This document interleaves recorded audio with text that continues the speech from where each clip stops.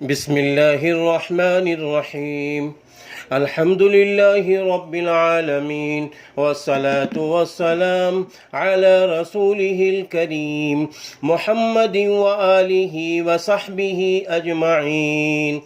أما بعد، قال الله تبارك وتعالى: أعوذ بالله من الشيطان الرجيم. لن ينال الله لحومها ولا دماؤها ولكن يناله التقوى منكم. صدق اللہ العظیم. معزز باوقار اللہ کے محبوب بندوں، اللہ کی محبوب بندیوں، عید الاضحیٰ ہم سے قریب ہے اور ہم عید الاضحیٰ سے بھی قریب ہیں. عید الاضحیٰ یادگار ہے حضرت ابراہیم علیہ السلام اور حضرت اسماعیل علیہ السلام کی عظیم الشان قربانی کی ہے. حضرت ابراہیم علیہ السلام نے جب خواب دیکھا تھا تو اپنے بیٹے حضرت اسماعیل علیہ السلام کے سامنے اس خواب کو رکھا تھا. یعنی باپ نے اپنے بیٹے سے کہا تھا: اے میرے ببوئے، میرے دلارے، میں دیکھ رہا ہوں کہ میں تجھے اپنے ہاتھوں سے ذبح کر رہا ہوں، بتا تیری رائے کیا ہے؟ تو بیٹے نے فرمایا تھا: ابا، جو آپ نے خواب میں دیکھا ہے اس کو آپ کر گزریے اور عنقریب مجھے صابروں میں سے پائیں گے. یہ ہے یادگار قربانی حضرت ابراہیم علیہ السلام کی اور حضرت اسماعیل علیہ السلام کی عظیم الشان قربانی، جس کو اللہ تعالیٰ نے کلام اللہ میں فرمایا: یا بنی انی ارا فی المنام انی اذبحک فانظر ماذا ترى قال یا ابت فعل ما تؤمر ستجدنی ان شاء اللہ من الصابرین. یہ اللہ کا فرمان ہے. نبی پاک صلی اللہ علیہ وسلم نے قربانی کے سلسلے میں یوں ارشاد فرمایا: بقرعید کے دن انسان کے تمام نیک اعمال میں سے سب سے زیادہ پسندیدہ محبوب عمل قربانی کا ہے، اور یہ قربانی قیامت کے دن اپنے سینگ، بال اور کھر کے ساتھ صحیح سالم آئے گی. اور یقیناً قربانی کا خون زمین پر گرنے سے پہلے حق تعالیٰ کے یہاں مقبولیت کا مقام حاصل کر لیتا ہے. سو خوش دلی سے قربانی کیا کرو. یہ ابن ماجہ کی روایت ہے، ترمذی شریف کی روایت ہے. اب ایک پہلے اصول سمجھیں، قربانی کا اصول ایک سمجھ لیں تو بات سب سمجھ میں آ جائے گی. اصول یہ ہے کہ جس طرح تکوینی ہے اسی طرح تشریعی بھی ہے. وہ یہ ہے کہ اللہ تعالیٰ نے اس کائنات کا ذرہ ذرہ دو چیزوں سے ملا کر بنایا ہے: ایک روح، ایک جسم. یعنی ہر چیز کی ایک صورت ہے اور ایک اس کی حقیقت، ایک اس کی حیت اور ایک ماہیت. یا یوں کہیے کہ ایک اس کا ظاہری حصہ ہے اور دوسرا حصہ باطنی. غرض تمام انسان، کل حیوانات، نباتات، جمادات کی جہاں ایک صورت ہے وہاں اس کی ایک حقیقت بھی ہے. ایک اس کا بدن اور دوسرا اس کی روح. جب یہ بات سمجھ میں آ گئی میرے بھائیوں، جب یہ بات سمجھ میں آ گئی تو اب ساتھ ہی ساتھ یہ بھی سمجھ لیجئے کہ اس کائنات کی کوئی چیز باقی نہیں رہ سکتی جب تک بدن اور روح ملے ہوئے نہ ہو. گویا بدن کی بقا روح پر موقوف ہے اور روح کی بقا بدن پر موقوف ہے. اگر آپ نے بدن کو پھوڑ کر خستہ و خراب کر دیا اور خود ہی قدرتی طور پر خراب ہو گیا اور اس میں سکت باقی نہ رہی تو اس میں روح نہیں ٹھہرتی بلکہ پرواز کر جاتی ہے. اس لیے کہ بدن ہی روح کو سنبھالے رکھتا ہے. بدن ہی روح کو سنبھالے رکھتا ہے. غرض انسان میں جب تک روح ہے تو وہ انسان ہے، ورنہ لاشا ہے جو بیکار ہے. تو توجہ ہم یہ چاہیں گے کہ قربانی کیا ہے، اس کی بھی ایک صورت ہے اور ایک روح ہے. صورت تو جانور کا ذبح کرنا ہے، اور اس کی حقیقت ایثار نفس کا جذبہ پیدا کرنا ہے اور تقرب الی اللہ ہے. تو ظاہر ہے کہ یہ روح بغیر جانور ذبح کی کیسے حاصل ہو سکتی ہے، کیونکہ یہ بات معلوم ہو چکی کہ ہر صورت میں اس کے مطابق روح ڈالی جاتی ہے. نماز میں نماز کی روح ڈالی جاتی ہے، زکوٰۃ میں زکوٰۃ کی روح ڈالی جاتی ہے، قربانی میں قربانی کی روح ڈالی جاتی ہے. غرض خدا تعالیٰ نے اس کی جو صورت مقرر کر دی ہے وہی اختیار کرنا پڑے گی. ہاں، وہی اختیار کرنا پڑے گا، منمانی نہیں کرنا پڑے گا. تب وہ روح اس میں ڈالی جائے گی. اگر وہ کسی چیز کی قربانی طلب کرے تو قربانی دینی ہوگی. جب اللہ تعالیٰ کسی چیز کی قربانی مانگ رہا ہے تو قربانی دینی پڑے گی. اب دیکھو اللہ تعالیٰ یہاں فرماتا ہے لن تنالوا البر حتى تنفقوا مما تحبون، یعنی تم خیر کامل کبھی حاصل نہیں کر سکو گے یہاں تک کہ اپنی پیاری چیز کو خرچ نہ کرو گے. اور مال محبوب چیز ہے، اور مال میں سے بھی جانور زیادہ عزیز تر محبوب ہوتا ہے، کیونکہ جانور ہونے کی وجہ سے اس سے زیادہ محبت ہوتی ہے. اس لیے اگر کوئی بے جان چیز ضائع ہو جائے تو آدمی دوسری چیز کو حاصل کر لیتا ہے، بخلاف جاندار کے اگر فنا ہو گیا تو دوسرا نہیں ملتا. اور محبوبات ہیں کیا؟ اور محبوبات چیزیں کیا ہیں؟ جان، مال، اولاد، عزت، آبرو وغیرہ. چنانچہ ارشاد ربانی ہے ان اللہ اشترى من المؤمنین انفسهم واموالهم بان لهم الجنہ، یعنی بے شک اللہ تعالیٰ نے مسلمانوں کی جانوں اور مال کو جنت کے بدلے میں خرید لیا. غرض آپ کو ان چیزوں میں سے ہر چیز لٹانی ہوگی، تب کہیں بندگی کا اظہار ہوگا. در حقیقت جنت تو ایمان کے بدلے میں ملے گی، اور اعمال تو ایمان کی شناخت کا ذریعہ ہیں. جیسے اگر سونا خریدا جائے تو اس کی کسوٹی پر گھسا کر دیکھا جاتا ہے، اگر وہ کھرا ہے تو اس کی قیمت ادا کرتے ہیں، ورنہ نہیں. تو اس جگہ قیمت سونے کی ہوتی ہے، لکیروں کی نہیں جو کسوٹی پر پڑ جاتی ہے. بس اسی طرح آخرت کے بازار میں جنت کے عوض ایمان کی قیمت ادا کرنی ہوگی، اور یہ ہمارے اعمال ان لکیروں کی طرح ہمارے ایمان کی پختگی کی علامت ہیں. اس لیے جنت حاصل کرنے کی غرض سے ہمیں محبوبات نفس کو قربان کرنا لازمی ہے. اگر مال خرچ کرنے کا حکم ہو تو مال خرچ کرو، جان دینے کا حکم ہو تو جان نثار کرو، عزت کی ضرورت ہو تو وہ بھی قربان کرو. یہی عشق کی پختگی کی علامت ہے.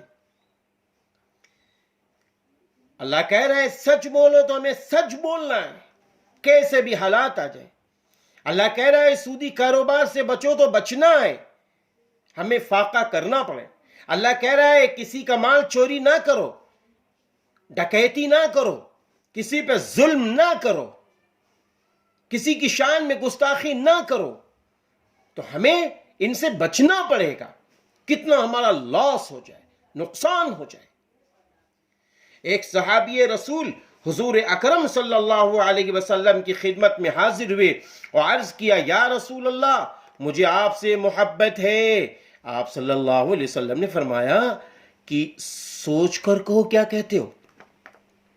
انہوں نے پھر یہی عرض کیا یا رسول اللہ مجھے آپ سے محبت ہے. آپ صلی اللہ علیہ وسلم نے پھر وہی فرمایا کہ سوچ کر کہو کیا کہتے ہو. انہوں نے تیسری بار بھی یہی عرض کیا. کہ مجھے آپ سے محبت ہے، تو آپ صلی اللہ علیہ وسلم نے فرمایا کہ پھر مصیبتیں جھیلنے کو، فقر و فاقہ کی زندگی بسر کرنے کو اور آفتیں جھیلنے کو تیار ہو جاؤ۔ اللہ اکبر۔ اور ظاہر بات ہے کہ عاشق اپنی محبت کا ثبوت اس وقت تک نہیں دے سکتا جب تک مصیبتیں نہ جھیلے، جب تک مصیبتیں نہ جھیلے۔ یعنی کیا لوگوں کا خیال ہے، ایک جگہ اللہ تعالیٰ فرماتا ہے کیا لوگوں کا خیال ہے کہ محض آمنا کہنے سے ان کا چھٹکارا ہو جائے گا، ان کی آزمائش نہ ہوگی؟ حالانکہ ہم نے آزمایا ان سے پہلے لوگوں کو، پس ضرور معلوم کر لے گا اللہ تعالیٰ سچے لوگوں کو، اور ضرور معلوم کر لے گا اللہ تعالیٰ جھوٹوں کو۔ تو اسی لیے کہا گیا کہ اگر کوئی شخص کہے اعمال میں تو اصل روح ہے، تو اس لیے روح کو لے لو اور صورت کو چھوڑ دو۔ اس کو چاہیے کہ یہ عمل پہلے اپنے اوپر جاری کرے، کہ اپنے بدن کو ختم کر دے کہ بس میں تو روح کو باقی رکھوں گا۔ لیکن اگر خود بغیر صورت کے نہیں رہ سکتے تو پھر آخر اعمالی شرعیہ میں یہ عمل جراحی کیوں کیا جاتا ہے؟ کیوں کیا جاتا ہے؟ جیسا کہ شروع میں معلوم ہو چکا کہ کائنات میں جس طرح مجموعہ بدن کے لیے مجموعہ روح ہے، اسی طرح ہر چیز کی علیحدہ علیحدہ روح بھی ہوتی ہے۔ جیسے آنکھ میں بینائی کی قوت اس کی روح ہے، وغیرہ وغیرہ، اسی طرح سارے اعمال شرعیہ کی ایک روح ہے۔ پھر ہر عمل کی علیحدہ علیحدہ بھی روح ہے، اور اس روح کا نام تقوی ہے۔ اس روح کا نام تقوی ہے۔ چنانچہ قرآن کریم میں اللہ تعالیٰ کا ارشاد گرامی ہے، لَن يَنَالَ اللَّهَ لُحُومُهَا وَلَا دِمَاؤُهَا وَلَكِن يَنَالُهُ التَّقْوَى مِنكُمْ۔ یعنی خدا کو، اللہ تعالیٰ کو قربانی کا گوشت و خون نہیں پہنچتا، لیکن تمہارا تقوی پہنچتا ہے۔ تو قربانی کی روح بھی تقوی۔ سو اگر کوئی یہ کہے کہ جب قربانی سے تقوی مقصود ہے تو قربانی کرنے کی کیا ضرورت، بلکہ تقوی اختیار کر لو کافی ہو جائے، اس کا مطلب یہ ہوگا کہ پھر سارے اسلام کو معاذ اللہ ہم ترک کرتے چلے جائیں، جبکہ تقوی ہی اختیار کرنا ہے۔ تو اللہ تعالیٰ کیا فرما رہا ہے؟ ہر چیز میں تقوی ہے۔ جس طرح قربانی کا مقصد تقوی حاصل کرنا، متقی بننا، نیک بننا، اللہ کا محبوب بننا، اللہ کا چہیتا بننا، گناہوں سے بچنا، بدعات سے بچنا، رسومات سے بچنا، اس کا نام قربانی ہے۔ جب ہم جانور ذبح کرتے ہیں تو اس وقت کے اوپر گویا ہم اپنے دل سے اقرار کرتے ہیں، اے اللہ آج ہم تیرے نام پر جانور کو ذبح کر رہے ہیں، ہم تیرے حکم کی فرما برداری کریں گے، کسی پہ ظلم نہیں کریں گے، کسی کو ستائیں گے نہیں، کسی کو رلائیں گے نہیں، کسی کو تڑپائیں گے نہیں، کسی کا حق نہیں ماریں گے، جھوٹ نہیں بولیں گے، غیبت نہیں کریں گے، اے اللہ تیری فرما برداری کریں گے، تیرے محبوب کے طریقے کے مطابق چلیں گے، تیرے محبوب کی سنتوں کو زندہ کریں گے، صحابہ سے محبت کریں گے۔ یہ سارے مقاصد چھپے ہوتے ہیں قربانی میں۔ آپ دیکھیے تقوی، ہر جگہ اللہ کو تقوی مقصود ہے۔ روزہ دیکھیے اللہ تعالیٰ کیا فرماتا ہے، روزہ رکھنے کا حکم کیوں اللہ تعالیٰ نے دیا؟ کُتِبَ عَلَيْكُمُ الصِّيَامُ كَمَا كُتِبَ عَلَى الَّذِينَ مِن قَبْلِكُمْ لَعَلَّكُمْ تَتَّقُونَ۔ تم پر روزوں کا حکم ہوا ہے جیسے تم سے اگلے لوگوں پر حکم ہوا تھا، شاید کہ تم پرہیزگار ہو جاؤ، یعنی متقی ہو جاؤ۔ سورہ بقرہ میں اللہ فرماتا ہے۔ اسی طرح اور بھی روزے سے ہٹ کر آپ نماز کی طرف بڑھیے تو نماز میں اللہ تعالیٰ فرماتا ان الصلاة تنہا عن الفحشاء والمنکر، یقیناً نماز بے حیائی اور برے کاموں سے روکتی ہے۔ تو میرے بھائیوں، جس کا حاصل تقوی ہے، ہر چیز کا حاصل تقوی ہے، لہذا نماز اور روزہ اللہ نہ کرے کوئی کہے ہم چھوڑ دیں گے، اس کا حاصل تقوی ہے۔ اسی طرح آپ دیکھیے نا، ارشاد ربانی اور بھی ہے کہ مشرق اور مغرب کی طرف منہ کر لینا نیکی نہیں، ہاں نیکی یہ ہے جو اللہ اور قیامت کے دن اور ملائکہ اور کتابوں اور نبیوں پر ایمان لائے، اس کی محبت پر مال دے، رشتہ داروں کو، یتیموں، مسکینوں، مسافروں، سوالیوں کو، اور اگر گردنیں چھڑانے میں اور نماز قائم کرے اور زکوٰۃ دے، اور جو لوگ اپنے عہد پورے کریں اور تنگی و سختی میں صبر کرنے والے، یہی لوگ سچے ہیں، یہی متقی ہیں۔ سورہ بقرہ میں اللہ تعالیٰ فرما رہا ہے، آیت نمبر 22۔ اب بتائیے میرے بھائیوں کہ سارے اسلام کا حاصل تقوی ہے نکلا، اس لیے سب کو چھوڑ کر بس تقوی اختیار کر لیجئے، لیکن یہ بالکل غلط ہے۔ اس لیے کہ جس طرح ہر چیز کی روح علیحدہ ہے، اسی طرح عبادت کا تقوی جداگانہ ہے۔ تو جو تقوی گوشت و پوست کے ذریعے پہنچتا ہے اور حاصل ہوتا ہے، وہ کسی دوسری عبادت اور صدقہ وغیرہ سے کیسے حاصل ہو سکتا ہے؟ کیسے حاصل ہو سکتا ہے؟ اب میں مثال کے طور پر کہوں، زید کی روح کو کسی جانور کے قالب میں اگر منتقل کر دیا جائے تب بھی وہ زید نہ بنے گا، بلکہ وہ جانور ہی رہے گا۔ اسی طرح صدقہ ہی رہے گا۔ قربانی کا قائم مقام اسے کیسے کہا جا سکتا ہے؟ تو دنیا میں چونکہ بغیر صورت کے چارہ نہیں، اس لیے قربانی کرنی ہی پڑے گی۔ ہاں اگر آخرت میں پہنچ کر آپ قربانی نہ کریں کیونکہ وہاں صورت ضروری نہیں ہے، لیکن اگر آپ دنیا میں اعمال کی صورت کو ترک کر دیا تو یقین رکھیے کہ آپ نے اس کی روح کو بھی فنا کر دیا۔ اسی لیے نبی کریم صلی اللہ علیہ وسلم کا ارشاد گرامی ہے کہ ایمان پوشیدہ چیز ہے اور اسلام ظاہر۔ چونکہ قربانی کا قائم مقام صدقہ یا کوئی عبادت نہیں ہو سکتی، اس لیے نبی کریم صلی اللہ علیہ وسلم نے ارشاد فرمایا، بقرعید کے روز سب سے زیادہ محبوب عمل قربانی ہی کا ہے۔ تو اس روز سوائے اس عمل کے دوسرا عمل کیسے اس کا قائم مقام ہو سکتا ہے؟ اور حدیث شریف میں ہے کہ صحابہ رضی اللہ عنہ نے عرض کیا، یا رسول اللہ یہ قربانیاں کیا ہیں؟ آپ صلی اللہ علیہ وسلم نے ارشاد فرمایا، سنت ابیکم ابراہیم، تمہارے باپ ابراہیم علیہ السلام کی سنت ہے۔ صحابہ کرام نے پھر استفسار کیا، فما لنا فیہا یا رسول اللہ، یا رسول اللہ اس میں ہمارا کیا نفع ہے؟ آپ صلی اللہ علیہ وسلم نے فرمایا، قربانی کے ہر بال پر ایک نیکی ملے گی۔ تو یہ اجر و ثواب صدقہ وغیرہ پر کیسے مرتب ہو سکتا ہے؟ کیونکہ صدقے میں ہاں کہاں ہے؟ صدقے میں بال کہاں ہیں؟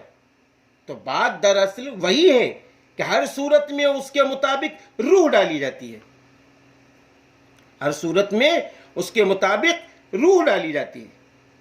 اصل میں قربانی کی حقیقت تو یہ تھی کہ عاشق خود اپنی جان کو خدا تعالیٰ کی حضور میں پیش کرتا، مگر خدا تعالیٰ کی رحمت دیکھیے ان کو یہ گوارا نہ ہوا، اس لیے حکم دیا تم جانور ذبح کر دو، ہم یہی سمجھیں گے کہ تم نے خود اپنے آپ کو قربان کر دیا۔ چنانچہ حضرت ابراہیم علیہ السلام کو خدا تعالیٰ کی طرف سے خواب کے ذریعے بشارت دی گئی کہ آپ اپنے اکلوتے بیٹے حضرت اسماعیل علیہ السلام کی قربانی پیش کریں۔ اب دیکھیے کہ یہ حکم اول تو اولاد کے بارے میں دیا گیا، اور اولاد بھی کیسی؟ فرزند، اور فرزند بھی ناخلف نہیں بلکہ نبی معصوم۔ ایسے بچے کو قربانی کرنا، ایسے بچے کی قربانی کرنا بڑا مشکل کام ہے۔ حقیقت میں انسان کو اپنی قربانی پیش کرنا آسان ہے، مگر اپنے ہاتھ سے اپنی اولاد کو ذبح کرنا بڑا سخت مشکل کام ہے۔ مگر حکم خداوندی تھا، اس لیے آپ نے اپنے بیٹے کی محبت کو پس پشت ڈالا اور حکم خداوندی کے سامنے سر جھکا دیا، اور حضرت اسماعیل علیہ السلام کو لے کر منا تشریف لائے۔ فرمایا بیٹا مجھے خدا تعالیٰ نے حکم دیا ہے میں تجھ کو ذبح کر دوں، تو حضرت اسماعیل علیہ السلام نے فوراً فرمایا تھا افعل ما تؤمر، جو آپ کو حکم ہوا ہے ضرور کر گزریے، ضرور کر گزریے۔ اگر میری جان کی ان کو ضرورت ہے اللہ کو، تو ایک جان کیا ہے، اگر 1000 جانیں بھی ہوں تو نثار ہے۔ چنانچہ حضرت ابراہیم علیہ السلام نے رسیوں سے ان کے ہاتھ پاؤں باندھے، چھری تیز کی، اور اب بیٹا خوش ہے کہ میں خدا کی راہ میں قربان ہو رہا ہوں، ادھر باپ خوش ہے کہ میں اپنے بیٹے کی قربانی پیش کر رہا ہوں۔ چنانچہ حکم خداوندی کی تعمیل میں اپنے بیٹے کی گردن پر چھری چلائی تو چھری کند ہو گئی۔ اس وقت حکم ہوا قد صدقت الرؤیا انا کذالک نجزی المحسنین، بے شک آپ نے اپنا خواب سچ کر دکھایا، ہم نیکوکاروں کو اسی طرح جزا دیا کرتے ہیں۔ اب ہم اس کے عوض جنت سے ایک مینڈھا بیچتے ہیں اور تمہارے بیٹے کے جان کے عوض ایک دوسری جان کی قربانی مقرر کرتے ہیں۔ چنانچہ اسی دن سے مینڈھا یا بکری اور جانور جو جائز ہیں وہ وغیرہ قربانی کے لیے مقرر کیے گئے، مقرر ہو گئے۔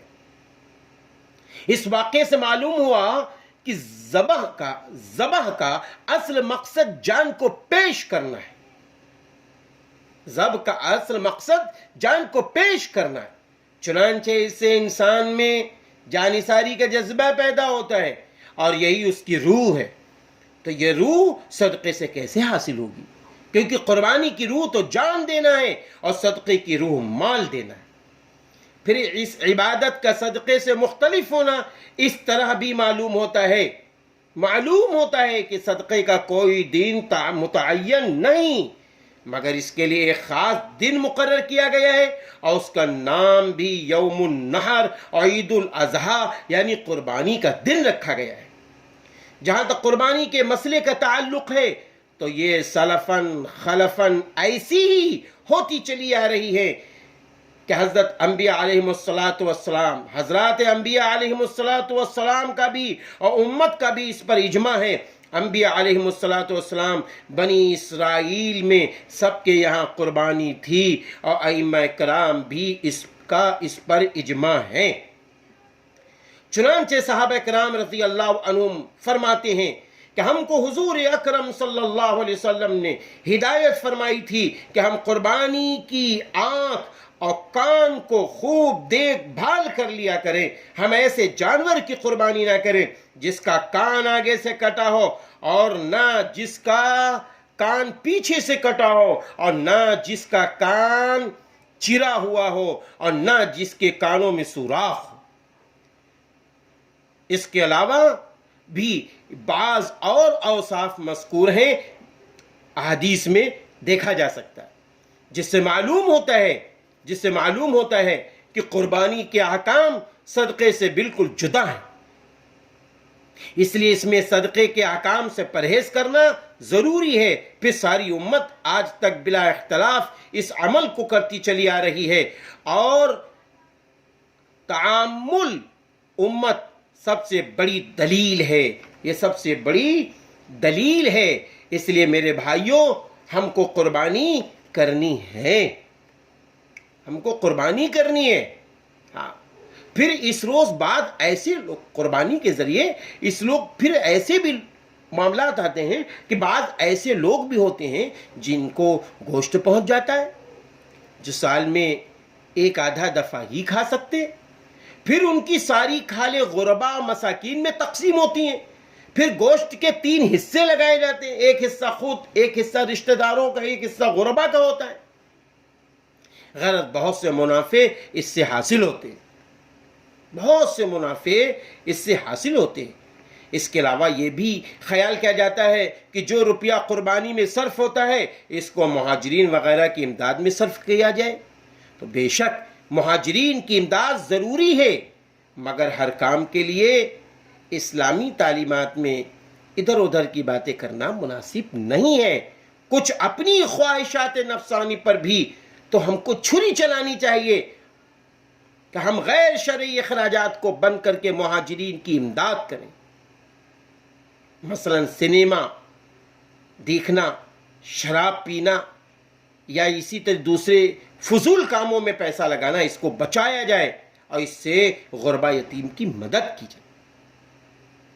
حاصل یہ ہے کہ اب یہ بات بالکل واضح ہو گئی کہ جس طرح کائنات کی ہر چیز میں ایک صورت ہے اور ایک روح ہے، اسی طرح اعمال شرعیہ میں بھی ایک روح ہے، اور جیسا وہاں ہر صورت کی ایک خاص روح ہے جو دوسری صورت میں نہیں آ سکتی، اسی طرح یہاں بھی ایک روح دوسرے میں نہیں آ سکتی. سو اب سمجھ لیجئے کہ سارے اعمال شرعیہ کا مقصود تقوی ہے. مثلا نماز سے عاجزی و انکساری کی صورت میں تقوی حاصل ہوتا ہے، روزے میں تزکیہ نفس کی صورت میں تقوی حاصل ہوتا ہے، اور صدقے میں انفاق مال کی صورت میں تقوی حاصل ہوتا ہے، اور قربانی سے جانثاری کی صورت میں تقوی حاصل ہوتا ہے. اب اگر آپ نے قربانی کے بجائے نماز پڑھ لی، نماز سے عاجزی و بندگی کا تقوی تو ملا، مگر قربانی کی صورت میں حاصل ہونے کا تقوی نہ ملا. بس اگر کوئی شخص قربانی نہ کرے اور صدقہ دے دے تو قیامت کے دن اس کو صدقے کا ثواب مل جائے گا، مگر قربانی کا مطالبہ باقی رہے گا. اور یہ سوال ہوگا کہ قربانی کیوں نہیں کی. بالکل اسی طرح جیسے کہ نماز تو پڑھتا رہا، روزہ رکھتا رہا تو روزے کا مطالبہ ہوگا، تو اسی طرح قربانی کا مطالبہ ہوگا کہ قربانی کیوں نہیں کی. اس کو ایک مثال سے سمجھیے کہ آپ نے ایک نوکر رکھا جس کے سپرد آپ نے کھانا پکانے اور کھانا کھلانے کی خدمت سونپی. اب اس نوکر نے یہ کیا کہ کھانا تو پکایا نہیں، مگر گھر کو صاف کر کے آئینہ بنا دیا، ہر چیز قرینے سے رکھ دی، جھاڑو بھی دی، فرش بھی دھویا، جالے بھی صاف کیے. اب جب آپ گھر پہنچے دیکھا ملازم نے گھر کو بہت صاف ستھرا کر رکھا ہے تو یقیناً آپ خوش ہوں گے، مگر کھانے کے وقت آپ کو معلوم ہوگا کہ اس نے کھانا نہیں پکایا تو یقیناً آپ اس سے باز پرس کریں گے تو کھانا کیوں نہیں پکایا، تو نے کھانا کیوں نہیں پکایا. تو کیا وہ ملازم جواب دے سکتا ہے کہ صاحب میں نے گھر تو صاف کر دیا، اب کھانے کا مطالبہ کیسا؟ ظاہر ہے کہ اس سے یہی کہا جائے گا یہاں جو کام تیرے سپرد کیا تو وہ تو نے کیا نہیں، ایک ایسا کام کیا جو فی الجملہ اگرچہ اچھا ہے مگر تیرے سپرد نہ تھا، اس لیے تجھ کو یہ کام کرنا تھا کہ کھانا کھلانے کے بعد کرنا چاہیے تھا. پہلے کھانا پکاتا، بعد میں تو سارا کام کرتا. اسی طرح صدقہ خیرات تو عبادات نافلہ ہیں اور قربانی واجب ہے، تو صدقہ دینے سے اس کا مطالبہ باقی رہے گا. حاصل یہ ہے کہ آپ جو صورت اختیار کریں گے اسی کی روح اس میں ڈالی جائے گی. جیسے انسان کی صورت میں انسان کی روح، حیوان کی صورت میں حیوان کی روح، پھر قربانی روح صدقے میں کیوں آ سکتی ہے؟ اس لیے قیامت میں ہر ایک عمل کی مختلف صورتیں ہوں گی. مثلا جو شخص مسجد جاتا ہے اس کو جنت میں مکان ملتا ہے، روزہ دار کے لیے قیامت کے دن دسترخوان بچھایا جائے گا. اسی طرح قربانی کے متعلق اللہ تعالی فرماتا ہے، ارشاد ہے کہ قیامت کے دن قربانی کا جانور اپنے سینگوں، بالوں اور کھالوں کے ساتھ موجود ہوگا. اس جگہ ان کا اجزاء کا ذکر ہے جن کو ہم بیکار سمجھ کر پھینک دیتے ہیں، یعنی ہم اس کی روی اجزاء پر بھی ثواب دیا جائے گا. تو جو اصلی چیز یعنی گوشت ہے اس پر کیوں ثواب نہ ملے؟ پھر آگے ارشاد ہے قربانی کا خون زمین پہ گرنے سے قبل وہ خدا تعالیٰ کے یا مقبولیت کا درجہ حاصل کر لیتا ہے. تم اس عمل کو کر کے اپنا دل ٹھنڈا کرو، تم اس عمل کو کر کے اپنا دل ٹھنڈا کرو. اس لیے میرے بھائیوں ہمیں قربانی کرنی ہے. ہاں حکومت نے لاک ڈاؤن میں جہاں جہاں پابندیاں عائد کر دی ہیں کہ قربانی نہیں ہو سکتی اور اس سے کہیں کورونا وائرس پھیلنے کے اندیشے ہیں تو اس کا مسئلہ الگ ہے. ہم قانون کو بھی سامنے رکھیں گے اور قربانیاں بھی کریں گے. قانون کو بھی سامنے رکھیں گے، اپنے ملک کے ضابطے کو بھی سامنے رکھیں گے، اور لاک ڈاؤن کو بھی سامنے رکھیں گے، اور قربانی بھی کریں گے۔ قربانی کرنے سے کسی کو تکلیف نہ پہنچے وہ کام کریں گے۔ ہم پاک جگہ کریں، محفوظ جگہ کریں، چھپ کر کریں، گھر پر کریں، ایسی جگہ کریں جہاں سے کسی کو تکلیف نہ پہنچے، گوشت کھلا نہ لے جائیں، بند کر کے لے جائیں۔ ان تمام باتوں پر عمل کریں۔ ہاں، عمل کریں گے تو انشاءاللہ نفع ملے گا۔ اللہ میری بھی مدد فرمائے، آپ سب کی مدد فرمائے، ہم سب کو اللہ تعالیٰ قربانی کرنے والا بنا دے، جو واجب قربانی ہے اس کو ضرور کرنے والا بنا دے۔ وما علینا الا البلاغ۔